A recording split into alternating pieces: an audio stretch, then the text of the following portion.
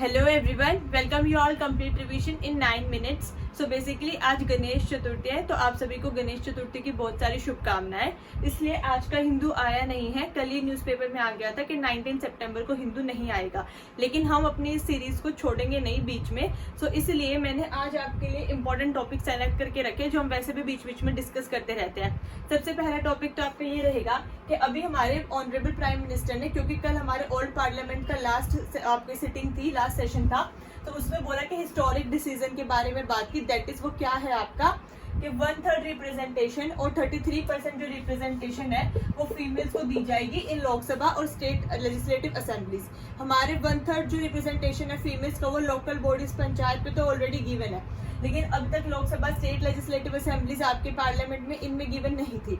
तो हमारे honourable prime minister ने ये बात बोली है कि अब फीमेल्स के लिए 1/3 रिप्रेजेंटेशन जो है, सीट्स जो है रिजर्व रहेंगी, या आप 33% सीट्स कह सकते हैं जो रिजर्व रहेंगी in Lok Sabha and state legislative assemblies. अब फर्दर देखते हैं कितनी जल्दी जो ये बात है कब से लागू हो जाती है। तो आप सब्सक्राइब कर लीजिए चैनल को। जब ये प्रॉपर जो है आपका बिल जो है पास हो जाएगा, एक लॉ बन जाएगा, तो हम इस पर फर्दर डिस्कशन करेंगे विद इट्स स्टैटिक पोर्शन। तो आइए आज हम पार्लियामेंट का स्टैटिक पोर्शन जान लेते हैं। तो बेसिकली आपके पार्लियामेंट में 3 पार्ट होते हैं, Lok Sabha, Rajya Sabha and president itself. ठीक है, तो लोकसभा में जो आपकी एज होती है दैट इज 25 ईयर्स और सिटीजन ऑफ इंडिया होनी चाहिए अगर आपको लोकसभा का मेंबर बनना है। राज्यसभा के लिए 30 है, सिटीजन ऑफ इंडिया सेम, और प्रेसिडेंट के लिए आपकी 35 होती है मिनिमम एज। ठीक है, आपके लोकसभा के जो प्रिजाइडिंग ऑफिसर होते हैं वो आपके स्पीकर होते हैं। सिमिलरली राज्यसभा के आपके चेयरमैन होते हैं। देन आपकी जो लोकसभा की स्ट्रेंथ होती है वो 550 मेंबर्स होती हैं। सिमिलरली राज्यसभा में आपके 250 रहते हैं। और अगर आपका हाउस जो है सम्मन या प्रोव्यू करना होता है, ठीक है, तो प्रेसिडेंट करते हैं। लेकिन अगर आपका जो हाउस है वो एडजर्न या एडजर्न सिंडाई करना होता है तो वो स्पीकर करते हैं। अब इन टर्म्स का क्या मतलब है देखिए। सम्मन मतलब होता है बुलावा। अगर आपका हाउस बुलाना है कोई भी तो प्रेसिडेंट भेजते हैं सम्मन। आपने सुना होगा कोर्ट से सम्मन आया हुआ है, मतलब बुलावा आया हुआ है। तो बेसिकली अगर आपको कोई भी हाउस बुलाना होगा तो सम्मन कौन करेंगे? प्रेसिडेंट करेंगे। और प्रयोग करना होगा मतलब आपकी पूरा जो सेशन है, सिटिंग नहीं, पूरा सेशन ही टर्मिनेट कर देना है। ठीक है, नॉट पर्टिकुलर दैट सिटिंग।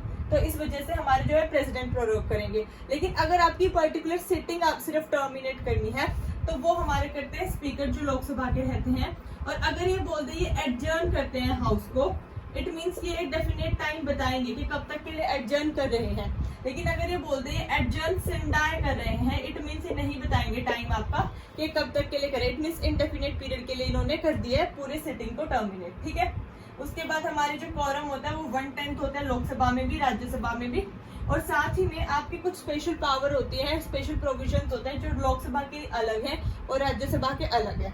जैसे कि जो स्पेशल प्रोविजन है आपके लोकसभा के, जो आईएमपी मतलब मनी बिल, जो भी आपका मनी बिल आएगा वो हमेशा लोकसभा में आएगा, कभी भी राज्यसभा में हम नहीं लेके आ सकते।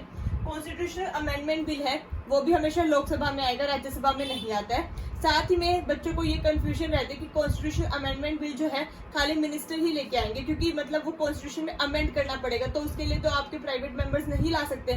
लेकिन रॉन्ग, ऐसा नहीं है। आपका कॉन्स्टिट्यूशनल अमेंडमेंट बिल दोनों लेके आ सकते हैं, प्राइवेट मेंबर भी और मिनिस्टर भी। ठीक है, और जो ज्वाइंट सेटिंग होती है वो आपकी कॉन्स्टिट्यूशनल अमेंडमेंट बिल और मनी बिल्स पे नहीं होती है। ज्वाइंट सेटिंग का लेकिन प्रिसाइड कौन करता है? जो ऑर्डिनरी बिल्स पे होती है वो आपके लोकसभा के जो स्पीकर होते हैं वही प्रिसाइड करते हैं। ठीक है, सिमिलरली राज्यसभा जो है उनके पास स्पेशल पावर है कि वो ऑल इंडिया सर्विसेज पे जो है न्यू पोस्ट लेके आ सकती है या कुछ भी चेंज करना है तो वो कर सकते हैं। जो प्रेसिडेंट है उनके पास कॉन्स्टिट्यूशन ने कोई डिस्क्रिशन नहीं दी, लेकिन प्रेसिडेंट के पास कुछ आपकी सिचुएशनल डिस्क्रिशंस है। ठीक है, जैसे कि अगर हाउस में मेजोरिटी लॉस्ट हो जाए तो अब किस पार्टी को पहले चांस देना है टू सर्व द नेशन, इस तरीके से कुछ सिचुएशनल डिस्क्रिशंस है। लेकिन ऐसा इनको कॉन्स्टिट्यूशन के अकॉर्डिंग कोई डिस्क्रिशन नहीं है, क्योंकि ये जितना भी अपना वर्क करते हैं accordingly on the recommendation of council of ministers के ऊपर करते हैं। ठीक है, और अब हमारा ये पॉलिटी का टॉपिक खत्म होता है। इसी तरीके से अगर आप चाहते हैं मैं आपको सारे स्टैटिक टॉपिक्स हर आपके सब्जेक्ट के रिवाइज करवाती रहूं कंप्लीटली 360 डिग्री, तो आप चैनल को सब्सक्राइब कर लीजिए और बेल आइकन जरूर प्रेस कर लेना ताकि आपको नोटिफिकेशन मिलती रहे फर्दर वीडियोस की। नेक्स्ट हमारा टॉपिक रहेगा जीएम मस्टर्ड। ये आपका साइंस एंड टेक्नोलॉजी का टॉपिक है, एक बहुत ही इंपॉर्टेंट टॉपिक है। हर पेपर में आपको इससे क्वेश्चन जरूर मिल ही जाएगा।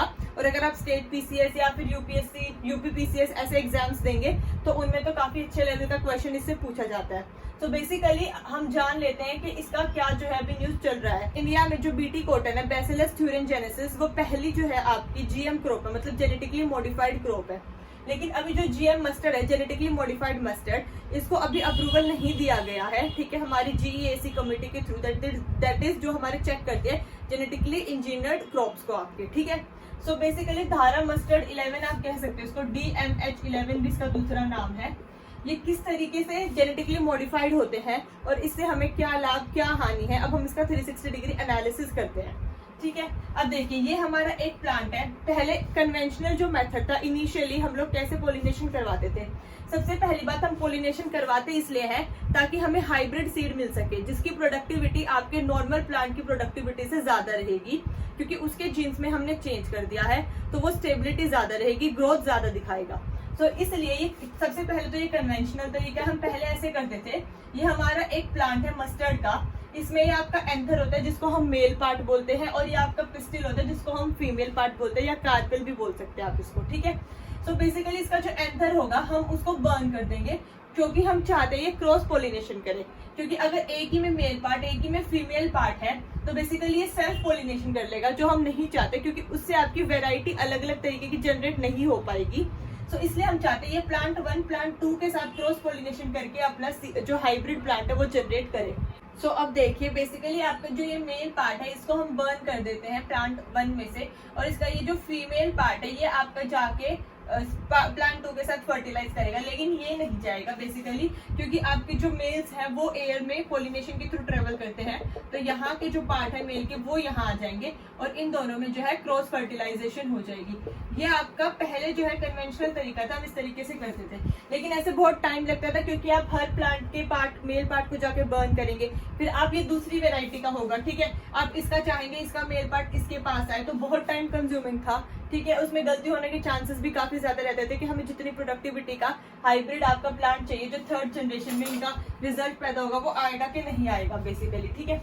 तो बेसिकली अब हमने क्या किया, आपका जो बार्नेस बैसिलस एमाइलोक्यूनिफेसियंस है, ये आपका एक बैक्टीरिया है, इससे हमने एक जीन निकाल लिया। अब हम ये मॉडर्न टेक्निक के थ्रू करेंगे। तो ये जो बैसिलस एमाइलोक्यूनिफेसियंस आपके बैक्टीरिया से हमने एक जीन निकाला जिसका नाम है आपका बार्नेस जीन, ठीक है। ये आपका जो है एक प्रोटीन प्रोड्यूस कर देगा, जिसकी वजह से ऑटोमेटिकली आपका जो मेल है वो स्टेराइल हो जाएगा, मतलब वो फर्टाइल नहीं रहेगा। इसका मतलब है कि वो अपना जो मेल पार्ट है पोलन ग्रेन्स है वो प्रोड्यूस नहीं कर पाएगा, और जब वो पोलन ग्रेन्स प्रोड्यूस नहीं कर पाएगा तो पोलिनेशन भी नहीं हो पाएगी, तो आपका फीमेल पार्ट फर्टिलाइज नहीं हो पाएगा। तो इसलिए हमने इस बार्नेस जीन को प्लांट 1 में डाल दिया। फॉर एग्जाम्पल मैं आपको यहाँ बना के दिखा देती हूँ। तो हमने बार्नेस जीन को यहाँ इंसर्ट कर दिया इसके मेल पार्ट में, इसका फीमेल पार्ट है, तो ये ऑटोमेटिकली स्टेराइल हो गया। अब ये तो किसी काम का रहा नहीं।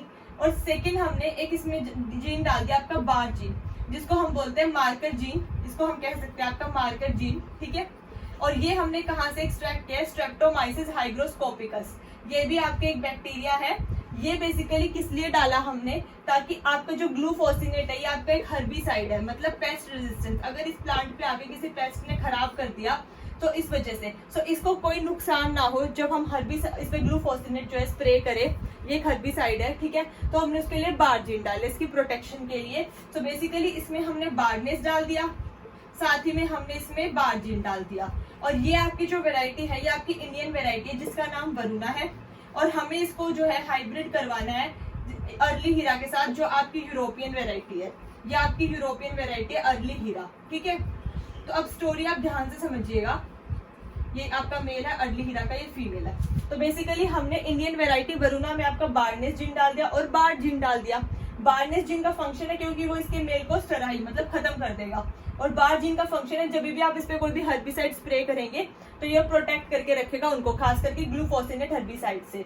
अब क्या होगा, इसमें जब क्रॉस पोलिनेशन होगी, फॉर एग्जाम्पल अर्ली हीरा की जो मेल यहाँ आके क्रॉस पोलिनेशन कर लेंगे इजिली, क्योंकि इसका मेल तो खराब ही है, तो यहाँ आके उन्होंने क्रॉस फर्टिलाइजेशन या क्रॉस पोलिनेशन कर लिया है।